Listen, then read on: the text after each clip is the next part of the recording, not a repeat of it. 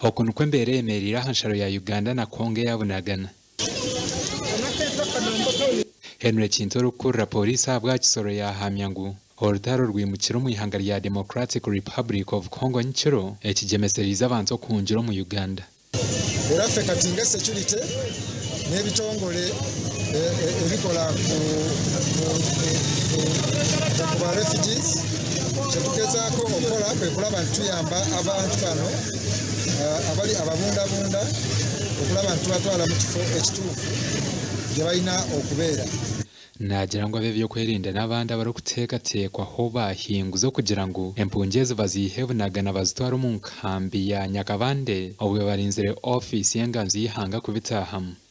Orede abamaze okuyingira wano tuteranga tusuubira nti n'abalala bakyajja so katugezaako okulaba tubayamba tubabudaabuda abamu balwadde ambulance zimaze okubatwala naye n'abo abakyesobola abamu bali mu kutambuza ebigere naye tugezezaako okulaba nti tulondamu abo abakadde n'abaana nga tubafunira emmotoka okubatambuza okubatwala mu Nyakabandi refugee settlement eyo ensonga endala gye zinaakolebwako abamu mu mpunjezi twagambaho nabo bagira ngo nyikiro shaha inaze kirabahekera batira amasasa abaserukare bahungo mu kasheshe nuko abaserukare ba DRC kuzo mu baturage bakabagambira ngo bahunge abaturage nabajya ngo Uganda na Democratic Republic of Congo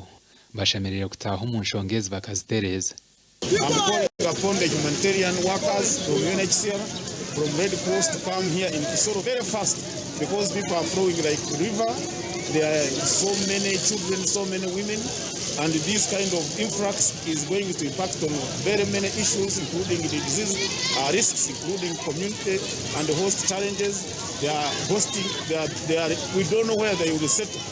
Omukunguko rwo mu ihanga rya Democratic Republic of Congo nagira ngo abahekera babatahirire nkiro kandi nikirebeke kigendererwa cyabahekera no kwenda kuteganisa Uganda ubutateke nguto mu ihanga rya Democratic